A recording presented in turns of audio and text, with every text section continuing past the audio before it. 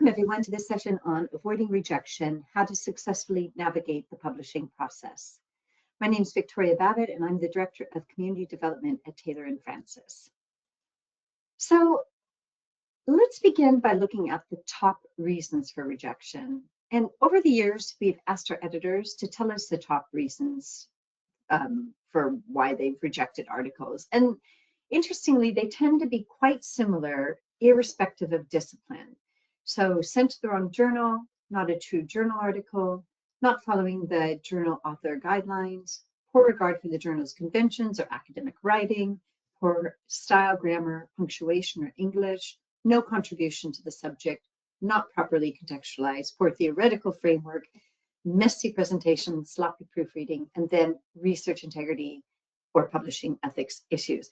And I would say that number 10 probably today would be much higher up in that list.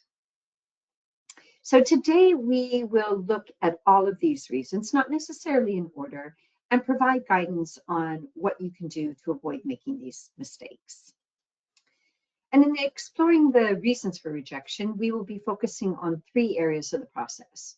Today, I'll be using examples from Taylor & Francis, but most of the processes and recommendations would apply to most journals or publishers.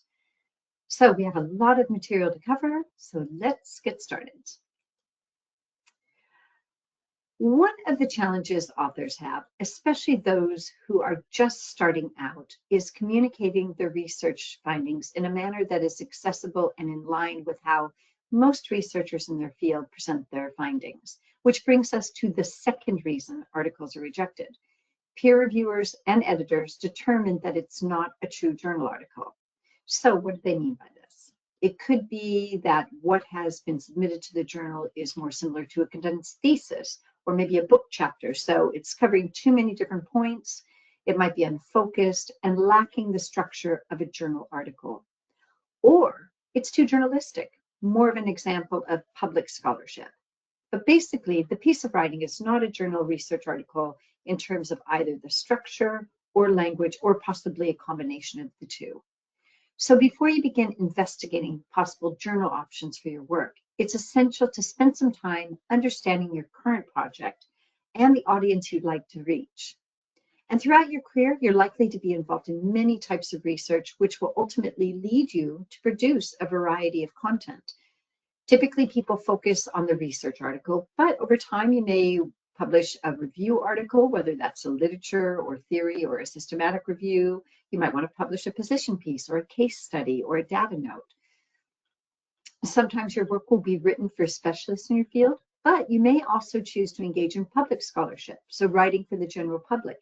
And we saw during COVID that that was very important to be able to translate research so that the general public could understand what was going on. And sometimes you'll be writing for a local audience, and sometimes you'll be hoping to reach an international audience. So once you have determined your objectives and understand what's required of you, then you can begin considering where to publish. And when you begin investigating appropriate places to publish, remember, you're joining an ongoing conversation in your field. So you want to make sure that you're contributing thoughtfully to that conversation. Now, the number one reason articles are rejected is because they were sent to the wrong journal. Choosing a journal that is not a good fit for your work can slow down the publishing process significantly. So it's important to take this part of the process seriously and be really thoughtful about your journal choice. It can be fairly difficult to know where to begin when looking for a potential journal to publish in, especially when you're just starting out. Obviously, the first step is to read a lot and get a sense of the published research and journal options in your particular field. And when you come across an article that's similar to your work or really resonates with you, make a note of the journal it was published in. This way, you'll begin to build an awareness of the journals in your area that publish research that's similar to yours. And some of your peers and mentors may have publishing experience and can share their insights. So talk to your network of colleagues, those who know your work, and ask for journal recommendations. And if they have published in those journals, ask them about their experience. See if they have any advice to offer you about the process. I also want to note that academics and researchers are often assessed using different criteria depending on their institution and sometimes their particular field.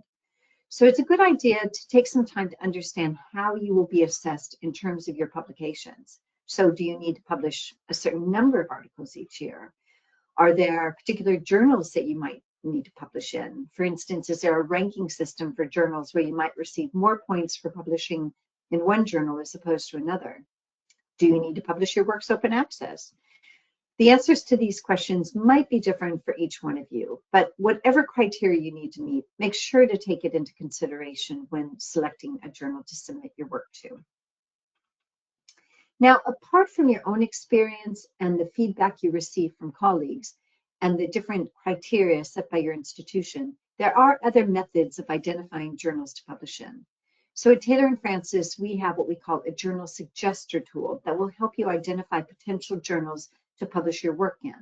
And the way it works, we've got a little screenshot of it there on the slide, is you cut and paste your abstract into that white field and then click on reveal suggested journals. And then based on the language you have used in your abstract, the system using AI tools will create a list of journals it believes are a good fit for your work, again, based on the language you use. So it's a good starting point for you when you're looking for a good journal to submit your work to. But once you've identified some journals that might be a good fit for your work, you then need to carefully read the aims and scope statements. Aims and scope statements are designed to give librarians and students and researchers and potential authors a clear understanding of what the journal is about and the type of research that they're interested in publishing. So I'm just going to show you a couple of examples. And this first one is an example of a journal with a very broad scope, basically a mega journal for medicine and health, the Annals of Medicine. So the abstract starts with a statement about the publishing model, open access, and goes on to highlight the breadth of the research they cover, emphasizing that they encourage collaboration across therapy areas. They then list the type of articles that they accept. Importantly, they state that they welcome the submission of negative or null results, and this is an indication of a sound science journal. The research doesn't have to be novel, just sound. At the bottom, you'll see a list of therapy areas covered in the journal. And when you click on those links, you'll be redirected to that specific therapy area site where there will be more information about the aims and scope for that particular section. Now, here's a journal with a slightly smaller scope, Contemporary Nurse. They begin with stating the aims of the journal, which is to intensify discipline advancement and professional development standards by publishing stimulating and useful articles relevant to contemporary clinical nursing. They then describe what types of articles they accept. And then they highlight who should consider publishing in the journal. And then lastly, they discuss some of the topics the journal covers. Now, along with the aims and scope statements, it's a good idea to look at what has been published in the journal in the past, say, 3 to 5 years and ask yourself, does my research fit in this journal? And if you find research similar to yours, you should consider referencing it. Remember, you're joining an ongoing conversation in your field and in that journal. Lastly, review the editorial board of the journal. This will give you a sense of what type of research they're interested in publishing. Editorial boards are built to reflect the ambitions of a journal. So if they're interested in publishing research in a certain area, they'll try to appoint someone to the board that's a specialist in that area that can act as an ambassador for the journal and help with peer review because they'll know all the key figures in that research area. And the same is true with geography. If a journal is interested in receiving more research from a specific country or region, they will try to appoint someone based there to help them increase submissions of articles from institutions in the region. Now, I would recommend that you choose a few journals that you feel would be a good fit for your work. And you can create a list and rank them from your #1 choice onward. And then when it's time to submit, start with your top choice. And if the journal's not interested in your publishing your work for some reason, move on to your second choice, and so on and so forth until that article is accepted. It's all about having a clear strategy at the start of the process and acting on that strategy. right, so I'm going to quickly go over some of the elements of open access publishing for those of you who are unfamiliar with it. Open access is becoming a very prominent model of publishing, so it's good for you to be aware of all the elements that you need to keep in mind when engaging with open access journals. So there are two key elements to remember here, and the first is about making content freely available online in a digital format to anyone in the world. And then the second one, which can be a little bit more confusing, is about making content reusable by a third party after publication. So I'll take a quick look at both of these. So you'll hear many terms used when discussing open access. So you might have heard of green open access, platinum, diamond. Some people refer to bronze open access. But today I'm just going to discuss gold open access. So gold open access essentially entails making the PDF or the version of record freely available online. And there are two ways in which an author can publish open access with Taylor and Francis, and that's either in a fully open access journal or in what we call a hybrid journal. So fully open access journals publish all of their content open access, and these journals aren't funded by subscriptions. Instead, most charge an APC or an article processing charge. However, many journals are funded by societies and institutions, and in this case, either the author doesn't have to pay or they may pay a reduced fee. When the author doesn't have to pay, it's often called diamond or platinum open access. The second option for publishing your work open access is to publish in what we call a hybrid journal. So hybrid open access is when an author chooses to publish open access in a journal that is subscription funded, and much of their content is not freely accessible unless you or your institution has a subscription. These journals charge an APC to cover the publication costs for the open access article. However, many institutions and consortia have agreements with publishers to cover the APC costs for hybrid journals. So Taylor and Francis has a number of agreements with institutions, and these are called transformative agreements. So check with your librarian to see if there are any agreements in place, and they'll be able to clarify what your options are in terms of publishing open access. Now, the second element of open access is how your work can be used after publication by others. If you publish your work open access, you'll be asked to choose a Creative Commons license, which describes how people can use your work in the future. So Creative Commons licenses are interesting. They have a bit of a mix and match model. So the very basic license is shown on the slide here. CC, which stands for Creative Commons license, and then BY, which says that others must acknowledge you when they reuse your work. So this tends to be the most common license out there for open access journals. And this license allows authors to use your work in any way they choose to, as long as they clearly attribute the original authorship and publication. And then we have CC, BY, and C, and here an author can use your work in any manner, but they can't profit from it.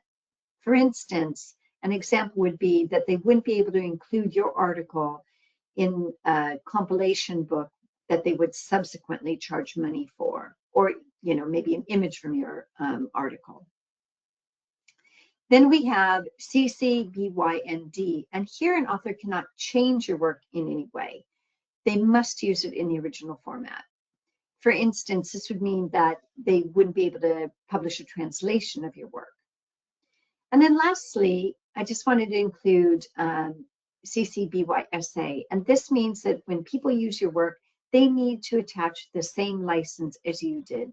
And this is, of course, important to be aware of when using others' work. So as I said, these are mix and match licenses. So you could have a license with CC, BY, NC, ND, SA, or CC, BY, SA. So you'll see a lot of different combinations there, but all of this information should be clearly detailed on the journal website. All right, before I move on, I wanted to briefly discuss predatory publishing.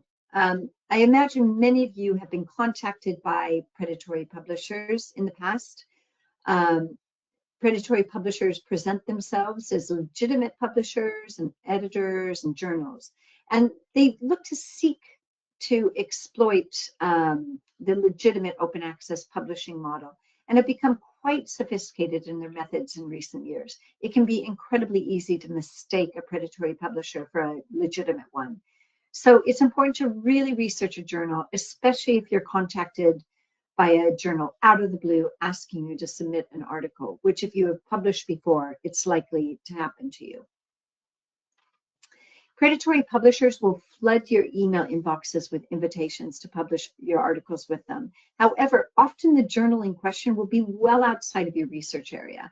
So if you take a look at the example in the lower left-hand corner here, this is actually an email my partner received last year, and it's from a medical journal interested in publishing his research, which focuses on financial economics and asset pricing. So one would assume not a great fit for a medical journal. And this is really typical, that the subject areas don't match. Predatory publishers have many characteristics in common. Their websites contain incorrect or misleading information. For instance, they will copy established journals' names and website design, but include some small differences, such as a slight difference in the journal title. The editorial board will feature names of well-established researchers who've never agreed to be on the board. We've also seen examples of movie stars on the boards of some of these, Brad Pitt and George Clooney. They also promise very fast peer review and publishing time, so promising publication within a week. And crucially, the peer review process often does not happen, or it's fabricated. And then lastly, they often have confusing or unclear information about publication fees. Many times, predatory publishers will have very low publication fees, under kind of the common rates that most publishers have, to lure people in. Or they have very little information, and then the author is surprised when they get an invoice after publishing. But a clear definition of predatory publishing can be difficult for a number of reasons, the main one being that predatory journals tend to change their tactics regularly. In addition, as a recent IAP report states, those definitions fail to distinguish between deceptive or fraudulent journals and journals that are just low-quality outlets that might willingly disregard academic norms, but be well-intentioned. And this is a main critique of the so-called blacklists. The report states that in the report, they mapped out a spectrum of predatory behaviors, which I think is a helpful way of considering predatory publishing. Researchers should avoid journals that could be considered fraudulent, deceptive, or exhibit unacceptable low quality. Here, there's likely an intention to exploit authors. However, authors should also proceed with caution if the journal is just low quality.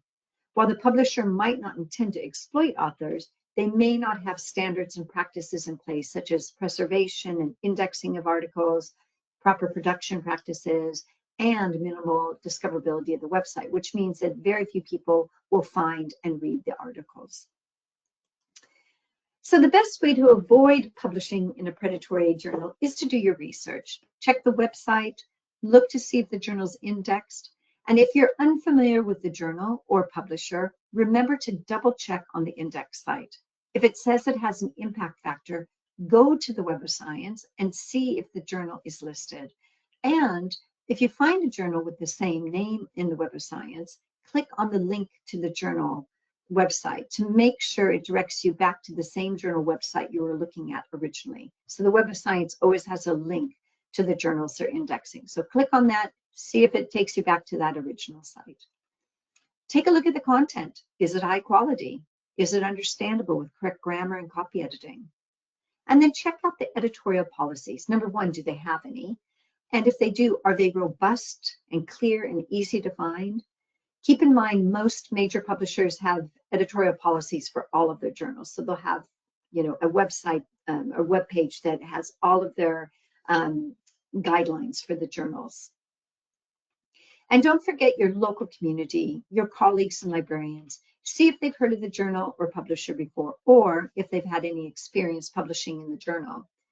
And then lastly, I always like to highlight this great resource, Think, Check, Submit.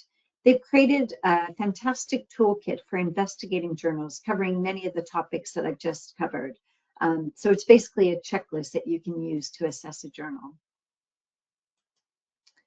All right, this next set of reasons for rejection, I tend to group together as I think the strategy for addressing them is quite similar. So these all have to do with writing and presentation of the research. Now, obviously, we don't have time for a full writing workshop today, but here are some basic tips to help make your argument easy to read and understand. First of all, to gain a good understanding about how to communicate your research, I suggest you read a lot. And of course, you're all academics, so you're spending your time reading. But the absolute best thing you can do to become a great writer is to read other great writers in your field. Identify those writers that you really feel communicate their findings in an accessible way, those that you really enjoy reading, and see how they structure their papers and their arguments, how they present their data.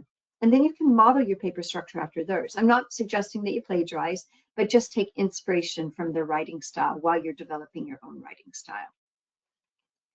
And if at all possible, write your paper first and edit it later. This will help you to create a through line in your paper, that line that's going to hold all those different parts together and create a nice flow.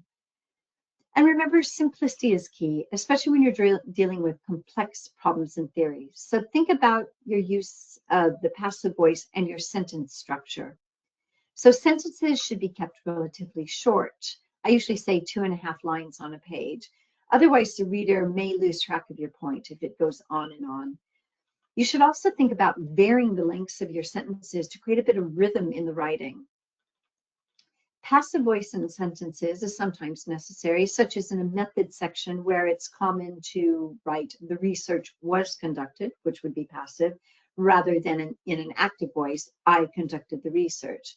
However, make sure to mix it up with an active voice.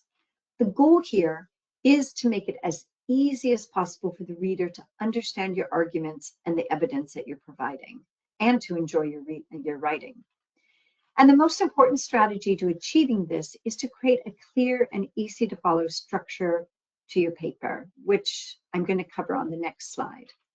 Now, along with the text, you will want to ensure that all of your figures and tables are formatted in an accessible style and that your descriptions are clear and descriptive. If you're using images, you need to ensure that the image is high quality and meets the requirements of the journal in terms of pixelation. And also, if you're using anyone else's images or data, you must obtain written permission before you submit to the journal. Now, increasingly, journals are encouraging authors to make their data available, and many funders now require this. And this is perhaps true with open access journals and platforms, but we're seeing it across our list.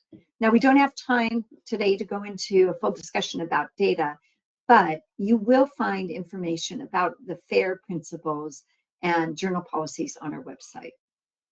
And then lastly, I think it's useful to remember your role is that of a storyteller. It's up to you to give a life to the exciting story of your research and to translate the passion you have for the subject to the paper in an easy to follow manner. As mentioned, one of the key strategies for communicating your ideas effectively is to create a strong structure for your paper. For most papers, this would mean following the IMRAD model shown on this slide. And many talk about this model as the why, how, what, and so what model. So here are the things to focus on. So for the introduction, you need to provide the context, the current state of the field, your contributions, and then outline what you intend to do and clearly state the research question. For the method section, the methods need to be appropriate for the research question. It's important to include details so that the study or experiments can be replicated and you must clearly outline how the data were collected. And then lastly, the discussion and conclusion need to explain the findings in a robust manner that engages with the current literature, explores the implications for future research, and in a manner that answers the research question posed in the introduction.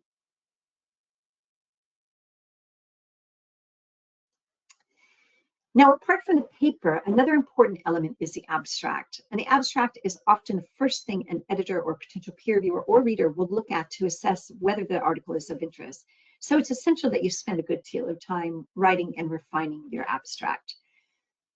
Here are some of the things to keep in mind when writing an abstract. First of all, it's difficult to write a decent abstract before you actually finish the paper, as the abstract is an overview of the content. So just wait until the end before you draft it. You can always make some notes as you're going along, but you should wait to the end to actually write the abstract. Then you want to make sure to know the parameters for that particular journal that you're submitting to, because most have word counts and perhaps some guidance on format and structure. And then you want to think about who the potential audience, your potential audience is, and write it for them. Because if you're hoping to draw in, say, practitioners, you might use different language than you would use if you were hoping to draw in researchers that are working in that area. Now, after you've written your first draft, go through and remove any unnecessary words. You want to focus on that essential information. Most abstracts are meant to be between 250 and 300 words, so you need to be very concise with your language. And make sure to include keywords in your abstract. These act like little flags for search engines, helping people to find your work. So really spend time thinking about the language you're using in that abstract. And if you end up revising your paper, after you've written it, which is likely, and after you've written the abstract, make sure to go back and review and revise the abstract as well, because during peer review, you might have made some really key changes in your paper that need to be reflected in that abstract. So make sure that that end version of the paper matches that abstract. And then lastly, read it out loud and have others read it for fluency. If your abstract is difficult to read, it's unlikely that people will click through to the article. Now, the third reason for rejection is that the paper in question did not follow the journal guidelines. And this is the easiest issue to address. Every journal will have what we call instructions for authors. And these are the rule books for the journal. So under the instructions for authors, you will find information on waivers for open access and any other fees that the journal might charge. For instance, some economics journals charge submission fees. There will be information about the peer review process for that particular journal, and information on the types of articles they accept, and importantly, the word limits for those articles. There might be some reporting guidelines, especially for medical titles. And there will be information on how you should prepare your manuscript, so formatting, headings, reference style, etc. There will also be information about the data sharing policies for that journal and any other relevant information about the process, such as similarity checks conducted upon submission. All right, so the 10th reason for rejection, but as I say, I think that is probably closer to the 5th place these days, is research integrity and publishing ethics issues. So I'd like to take a minute to discuss some of the issues that we see with publishing ethics. And on the screen here is a list, not complete, of the issues that we see on a regular basis.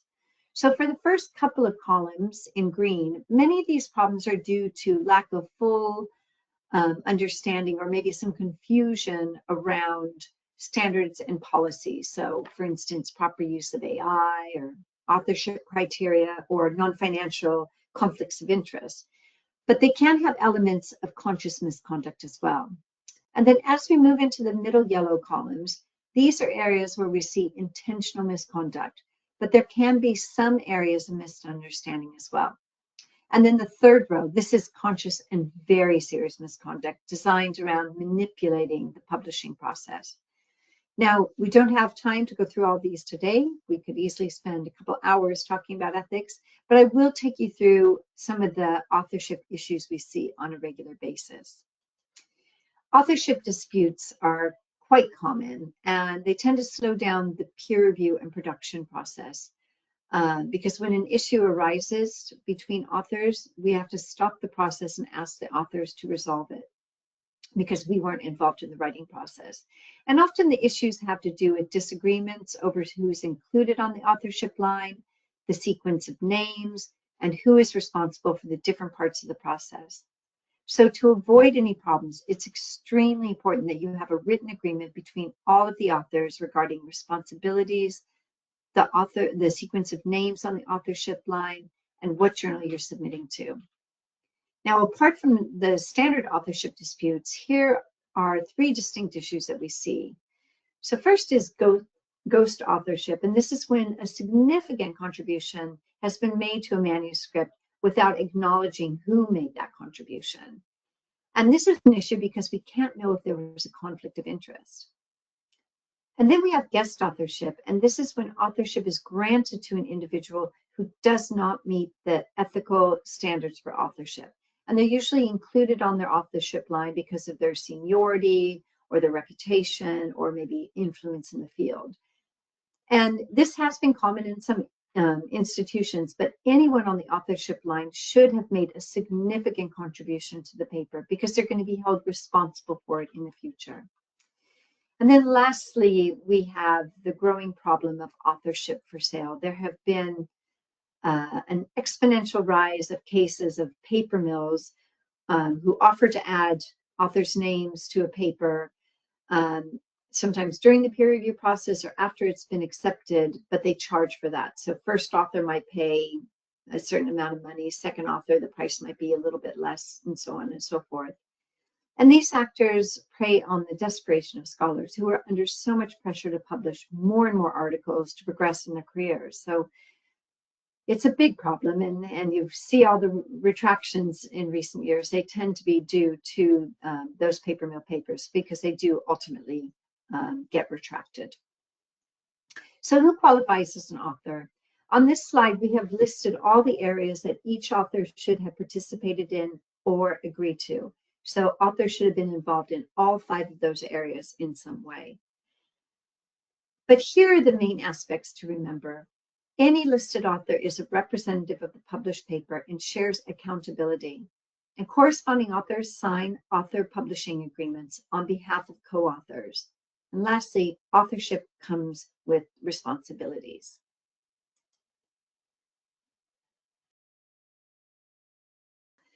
So we often receive questions about generative AI and whether as well as how it can be used in the research and writing process. And I just want to say this is a quickly changing area, but I thought I would briefly share with you how publishers are thinking about the use of AI in research communications. Keep in mind, each publisher and journal might have different policies, so it's your responsibility to review these policies on the publisher website before you submit. So authors are responsible for ensuring that the content of their submissions meets the required standards of rigorous scientific and scholarly assessment, research, and validation, and is created by the author. There is a general acceptance of using AI as an author tool to refine, correct, edit, and format text. And what we mean here is using AI to help clean up the language of a paper. And much of this functionality is built into the tools we use daily. And then there are other tools such as Grammarly that people might use to polish their text. Now, in some cases, AI can be used to assist in creating content, especially in the case of articles exploring AI. However, it's important to note that some journals may not allow the use of generative AI tools beyond language improvement. And therefore, authors are advised to consult with the editor of the journal prior to submission. Any use of generative AI beyond these specific cases, for instance, if you were to use AI to write a portion of your paper, would need to be fully disclosed to an editorial team, and permission would be required before you were to submit your paper for peer review. What is not permitted in any case is the use of generative AI to create, alter, or manipulate data and results in a paper. And then lastly, AI cannot be listed as an author because, as we just discussed, authorship comes with legal responsibilities which need to be agreed to by a human being. Now, for those that use AI, authors must clearly acknowledge in the article or book any use of generative AI tools through a statement which includes the full name of the tool used, including the version number, because the terms and conditions might change with version numbers, how the tool is used, and the reason for the use. And then for article submissions, this statement should be included either in the methods section, if that's appropriate, or in the acknowledgement section. All right, so our last section is on peer review. And I really like this quote because I think it captures the importance of peer review. Not only is it quality control, but it's also a form of collaboration between researchers. And researchers agree that peer review is an essential part of the process. So here's a chart from 2018 peer review study. It was a massive study conducted by Publons, where you can see that the majority of research find the peer review either important or extremely important. Peer review is where papers are assessed for different elements we've discussed. So is the article a good fit? Does it follow our guidelines? Is the research novel and making a contribution to the field? Does it support the findings? Is it well written? Are there ethical issues and so on? And with the increase of manuscripts submitted annually and the diverse areas of research, as well as the global nature of the academic community, it's unrealistic to think that an editor could make all of these decisions on their own. They are not going to have the expertise in all the subject areas and the emerging fields of study.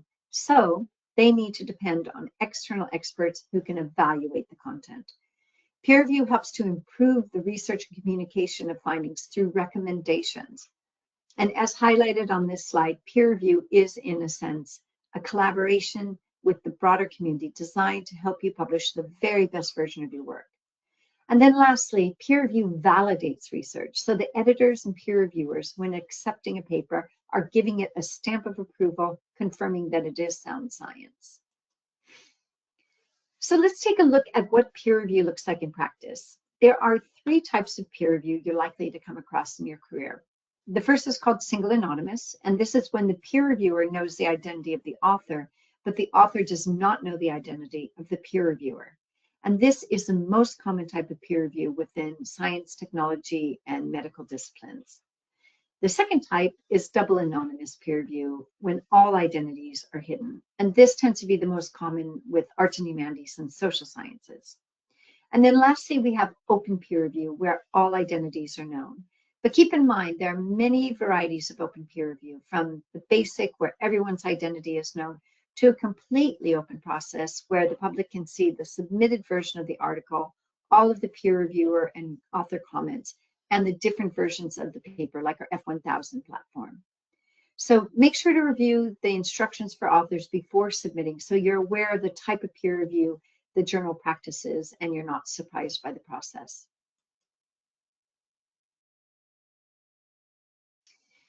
So let's take a look at the peer review process in action and some of the most common decisions. Once you submit your paper to a journal, the editorial office will review your submission and decide whether they should send it out to the editor. If the submission has all the required elements, they will send it to the editor. The editor will then review the submission and decide whether to send it out to external peer reviewers. And if they do send it out, they'll choose 2 or more external experts to assess the paper and provide a report with a recommendation for a decision. The editor will then read through the reports and make a decision about the paper. Now, there are a few different decisions that can be made during this process, including rejection and acceptance. However, the most common decisions are desk reject and revise and resubmit.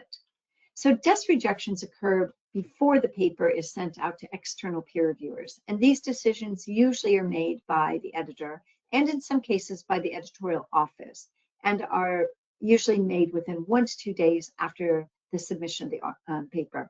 And most of these decisions are due to the fact that the article was sent to the wrong journal, or maybe the presentation was not up to the standard of the journal. Now, revise and resubmit decisions are made after the paper has been sent to peer reviewers. And these decisions are based on the recommendations made by the peer reviewers, but it's always the editor's decision in the end. And this decision means that the peer reviewers and editors are interested in your work, but they feel that there are areas that could be improved upon. So revise and resubmit with major revisions means that the editors and peer reviewers thought that there was something promising in your paper. It could be that the data that you're working with, your case study, your theoretical framework, your argument, it could be any number of things, but you still likely will have quite a bit of work to do. It's not guaranteed that your article will be accepted. Revise and resubmit with minor revisions, sometimes called conditional acceptance, means that there are some small changes that need to be made, maybe additional citations, reformatting of a table, something like that. Usually, if you address these changes, your paper will be accepted. Now, once you finish your revisions, you will resubmit to the journal, and the editor will look at the new version and will possibly send it back out to the reviewers to see if they're happy with how you address their concerns. And that's likely to be the case with major revisions. They may ask you to make additional changes if they feel that you did not address their original concerns sufficiently. And this can happen a couple of times with you making revisions and the reviewers asking you to try again. And the bad news is that this cycle can happen 2 to 3 times, and your paper can be rejected in the end if the editor feels that you were not able to address the peer reviewer's concerns sufficiently. But I'll tell you how to avoid that in just a moment. So responding to the reviewer comments is a really important part of the publishing process. I would say almost equally as important as submitting your paper. At times when you receive the reviewer reports, it can feel like a rejection, especially with the revise and resubmit with major revisions. So try not to become upset. If you do become upset, close your computer, go into the kitchen, make yourself a lovely cup of tea, and forget about it for a couple of days. And when you're ready to get back to work, open up your computer and carefully read that decision letter. It may include advice on how to respond to the reviewer's comments and will provide information about the deadlines for returning revisions. If you have co-authors, set up a meeting to review all the reviewer comments and make sure to share all the reports with everyone ahead of time. And irrespective of whether you have co-authors or not, you want to go through the reviewer reports carefully and make a list with each one of their suggestions for improvement. You may want to group the comments based on category, so literature, methods, etc., if that works for you. Whatever works for you is a good way to go. You just want to make sure to capture every single one of their comments. And then you want to go through the list and decide which recommendations you would like to adopt and make those changes. Now, here's the key to avoiding the fate of going through the revisions process a couple of times and still being rejected. When you send back your revisions, you must include a note to the editor clearly detailing how you've addressed the peer reviewer's concerns. So, where you have adopted the peer reviewer recommendations, clearly detail what you have changed and where that change can be located in the paper. So, page and line number. Sometimes you can highlight your paper. Some journals welcome the use of track changes to help the editors and peer reviewers see what you've done, but you still need that cover letter. Now, you're not going to agree with all of the peer reviewers' recommendations. That's absolutely normal. But in the case where you don't agree with one of the recommendations, you need to clearly and respectfully explain why you chose not to amend your paper. So be specific. For instance, if the peer reviewers thought you should cite another paper, but you feel it is out of scope of your project, explain why that is so that both the peer reviewer and the editor understand your logic. And then once you've detailed how you've addressed each of the peer reviewers' comments, review your response to the editor to make sure that you have included all of the recommendations and actions that you've taken, and that you've done so in a clear manner, and that the letter is professional and devoid of any frustration. This can be an incredibly challenging process, and as I'm sure you all know. So it's understandable that you may become a bit frustrated, but it's just important that that doesn't influence your communication with the editor. Most importantly, remember to be respectful and professional during this process.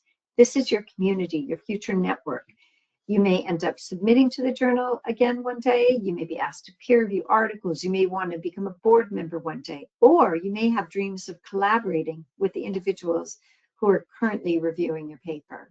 So keep all of this in mind during the process. And remember, the editor and peer reviewers are trying to help you publish the very best version of your work. Try not to take the feedback you receive on your article personally. It's not about you as a researcher. It's about how you're communicating your research findings. So just to recap what we've discussed today, for the first one, again, remember to carefully read the aims and scope statements of the journal and look at what's been previously published.